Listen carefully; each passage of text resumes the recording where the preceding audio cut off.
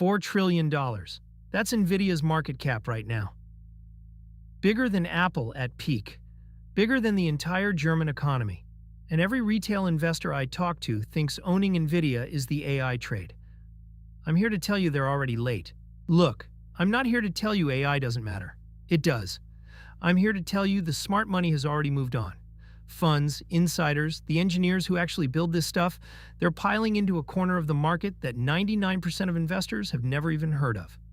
And by the end of this video, you're going to understand exactly why. This is the $500 billion bottleneck. Quick disclaimer, none of this is financial advice. Always do your own work. Here's what's actually happening inside an AI data center. When OpenAI trains GPT-5, or when Anthropic trains Claude, they're not using one chip. They're stitching together tens of thousands of GPUs, sometimes hundreds of thousands, all of them, talking to each other, constantly. And here's the thing that almost nobody tells you. The bottleneck, the actual physics-level ceiling on how powerful AI can get, isn't the chips. It's the wires between them. Okay, so let me explain this clearly. Right now, the wires inside data centers move data using electricity. Copper cables. Electrons flowing. It's been that way for 50 years. But there's a hard physical limit. Push more data through copper, and you generate more heat. More heat means more power means more cost, and eventually, bandwidth just stops scaling. Period. No more tricks. Photonics is the solution. Instead of moving data with electrons, you move it with photons, with light. Imagine ripping out every copper cable in the building and replacing it with fiber optics. Cooler, faster, orders of magnitude more bandwidth. Every single hyperscaler, Microsoft, Google, Meta, Amazon, they all know this is coming. And they've been quietly planning the transition for years. Here's the timing. This is what makes it urgent. NVIDIA's own roadmap has co-packaged optics that's putting the light engine directly on the GPU, scheduled for the 2026 to 2028 build cycle. Broadcom literally said on their last earnings call, quote, "Optical I/O is no longer optional."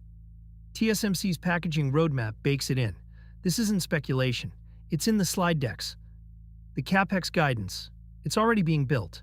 Now here's how to think about the investment opportunity. Think of it as a pyramid. At the top, the hyperscalers, Microsoft, Google, Meta, already priced for perfection. The middle, the chip designers, NVIDIA, AMD, Broadcom, already priced for AI. But the bottom, the substrates, the lasers, the test equipment, the integration, that's where the bottleneck actually lives. And here's the rule that pays. Bottlenecks have pricing power. Okay, 6 companies. I'm not telling you to buy them. I'm telling you why the people running this industry watch them. Pay attention to the ones you've never heard of. That's where the alpha is. Company 1, Light, Lumentum Holdings. Start here.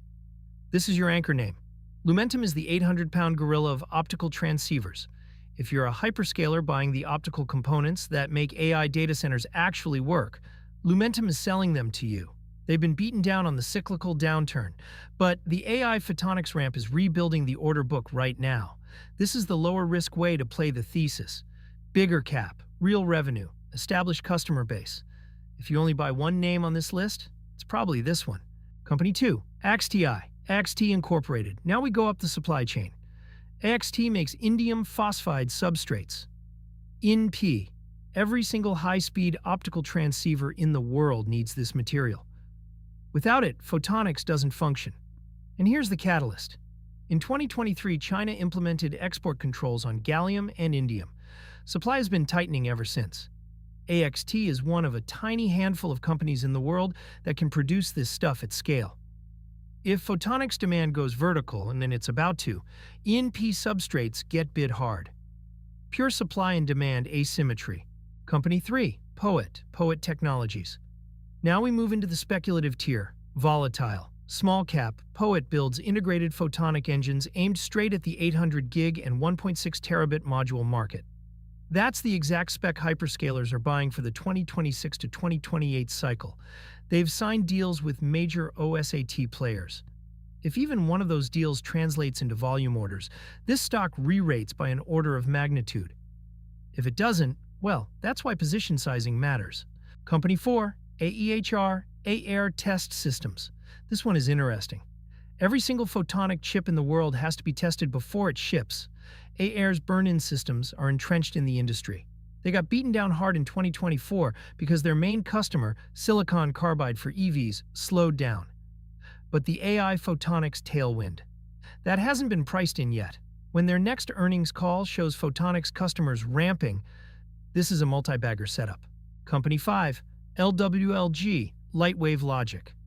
Okay, this one is pure speculation, sized accordingly.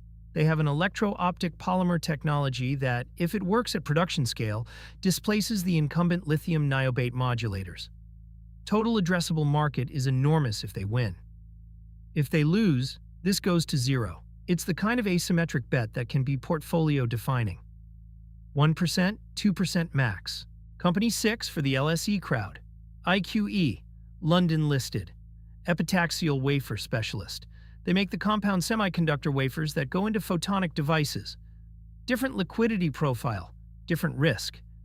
But the same secular tailwind. If you're UK-based and want exposure without the US tax forms, this is your name. Okay, now the part most finance channels skip, the honest risks.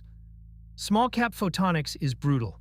These names trade on news, on funding rounds, on rumors. They can dilute, they can fail technically. The whole thesis depends on co-packaged optics ramping on schedule, and semiconductor roadmaps slip constantly. Concentration is dangerous here. Position sizing matters more than picking winners. The asymmetric bet on this thesis isn't all in on POET, it's a basket. Size small enough that any single name going to zero doesn't blow up your portfolio. Maybe 2 to 3% each. 5 to 10% total across the speculative names. More into Lumentum if you want the safer leg. Here's the takeaway. The AI trade isn't NVIDIA. NVIDIA is the trade everyone already made. 3 years ago, that was contrarian. Today, it's consensus. The next leg of returns is in the supply chain that makes NVIDIA's next generation physically possible. Photonics, substrates, test, integration. That's where the bottleneck sits. And bottlenecks always get repriced when demand goes vertical. Do your work. Manage your size. Don't bet the farm.